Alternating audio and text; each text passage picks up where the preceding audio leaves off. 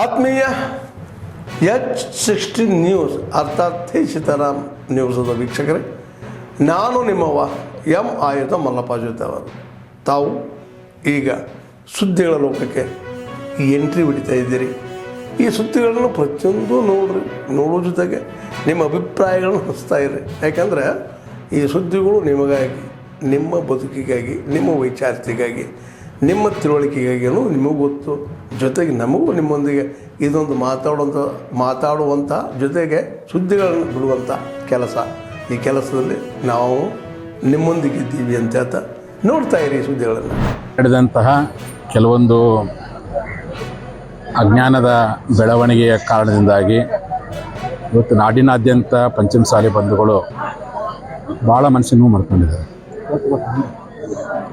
ನಿನ್ನೆ ಘಟನೆಯಿಂದ ನನಗೇನು ನೋವಾಗಿಲ್ಲ, ನಾನು ವಿಚಿತ್ರ ಆಗಿಲ್ಲ. ನನಗೊಂದು ರೀತಿ ಸ್ವತಂತ್ರ ಸಿಕ್ಕಂಗೆ ಐತಿ. ನಾನು ಚೆನ್ನಮ್ಮನ ಕುಲದವನು. ಚೆನ್ನಮ್ಮ ಯಾವತ್ತು ಸ್ವತಂತ್ರವಾಗಿದ್ದಂಥವ್ರು. ಇಲಿಯಾಗಿ 100 ದಿನ ಬದುಕಿಕ್ಕಿಂತ ಹುಲಿಯಾಗಿ 1 ದಿನ ಬದುಕುವಂಥ ಸಂದೇಶ ಕೊಟ್ಟಂಥ ಕುಲ ನಮ್ಮ ಪಂಚಮಸಾಲಿ ಕುಲ.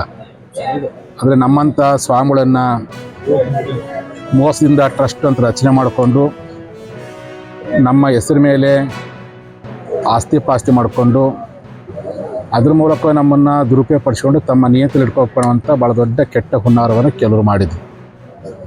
ಹಾಗಾಗೇ ನಾನೇನು ಮಾಡಿದೆ, ಸಮಾಜ ಶಾಶ್ವತ ಅಂತ ಸಮಾಜ ಕಟ್ಟೋಣ ತಿಳ್ಕೊಂಡು ಸಮಾಜ ಕಟ್ಟಲಿಕ್ಕೋಸ್ಕರವಾಗಿ ನಾನು ಈ ಪಂಚಮಸಾಲಿ ಪೀಠವನ್ನು ಸ್ಥಾಪನೆ ಮಾಡಿರ್ತಕ್ಕಂಥದ್ದು, ಭಕ್ತರು ಕೂಡಿ ಮಾಡಿರ್ತಕ್ಕಂಥದ್ದು. ನನ್ನ ಪೀಠ ಆಗಿರ್ತಕ್ಕಂಥದ್ದು 4 ಜನ ಟ್ರಸ್ಟಿಂದಲ್ಲ. ನನ್ನ ಪೀಠ ಆಗಿರ್ತಕ್ಕಂಥದ್ದು ಲಕ್ಷಾಂತರ ಪಂಚಮಸಾಲಿಗಳಿಂದ ಈ ಪೀಠ ಆಗೈತಿ. ಭಕ್ತರ ಮೂಲಕವಾಗಿ ಭಕ್ತನ ಕರ್ಕೊಂಡು ಸಮಾಜ ಗಣ್ಯ ವ್ಯಕ್ತಿ ತಿಳ್ಕೊಳ್ಕೊಂಡು ಇವರೆಲ್ಲರೂ ಕೂಡ್ಕೊಂಡು ಸಭೆ ಮಾಡಿದರೆ ಅದು ಒಂದು ರೀತಿ ಹೌದಪ್ಪ ಅನ್ಬೋದಾಗಿತ್ತು. ಯಾರನ್ನೂ ಗಮನಕ್ಕೆ ಬಾರ್ದಂಗೆ 3-4 ಜನ ಕೂತ್ಕೊಂಡು ಕಾನೂನು ಬಾಹಿರವಾಗಿರ್ತಕ್ಕಂಥ ಹೇಳಿಕೆಗಳನ್ನು ಕೊಟ್ಟಿದ್ದು ನನಗೆ ಯಾವ ಕಾರಣಕ್ಕೂ ನನಗೆ ನೋವಾಗಿಲ್ಲ.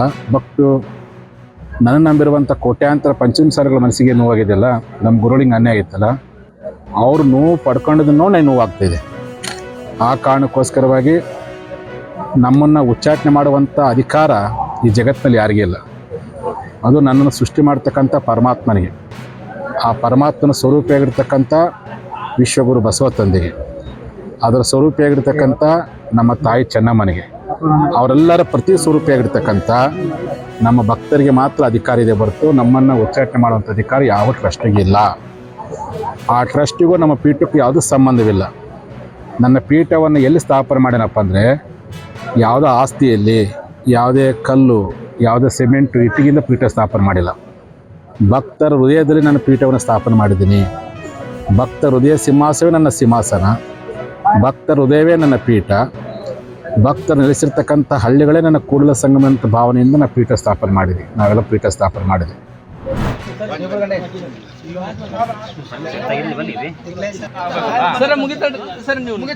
ನೀವು ನಡ್ರಿ, ನೀವು ಗಾಡಿ ಹತ್ರ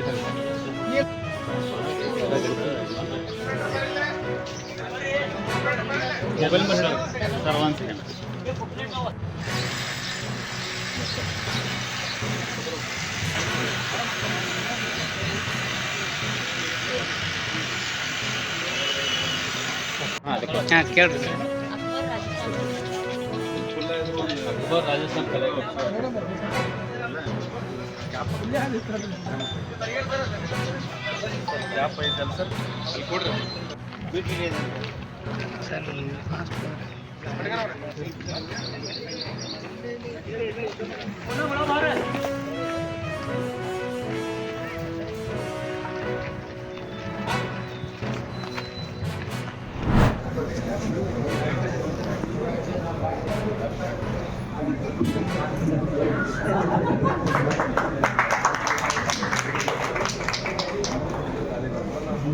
ಓಕೆ ಸರ್.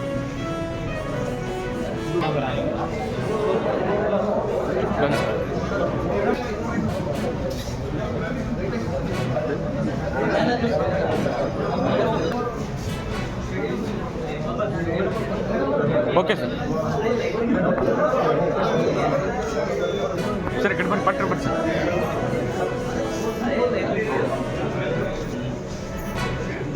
Thank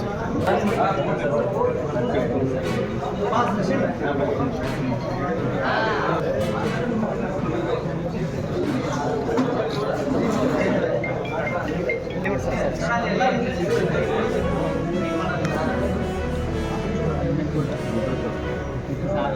ಸಾಕು ನಿಂತ್ಬಿಟ್ರು ಸ್ವಲ್ಪ ಅಗಲ ಸರ್ ಸರ್ ಸರ್ ಸರ್ ಅಗಲ ಸ್ವಲ್ಪ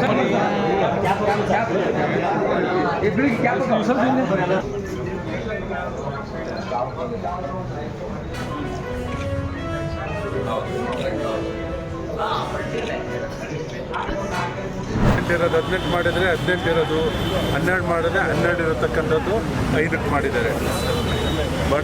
ಬಡವರು ಮತ್ತು ಮಧ್ಯಮ ವರ್ಗಕ್ಕೆ